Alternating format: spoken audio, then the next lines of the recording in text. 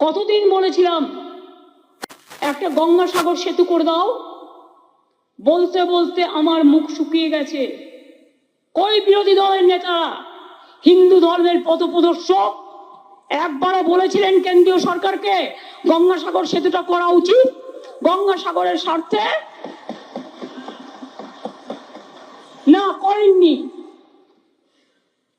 আমরা সেতুটা করছি, এই বাজেটেও তার জন্য 500 কোটি টাকা রাখা হয়েছে এবং 4 লেন রাস্তা সহ সেতু হচ্ছে, যেটা 1500 কোটি টাকা খরচা হবে। ডিপিআর হয়ে গেছে। জগন্নাথ ধাম কি বললেন বাবু? যে বাবু বকবক করতে ভালোবাসেন, বকবক বাবু কি বললেন?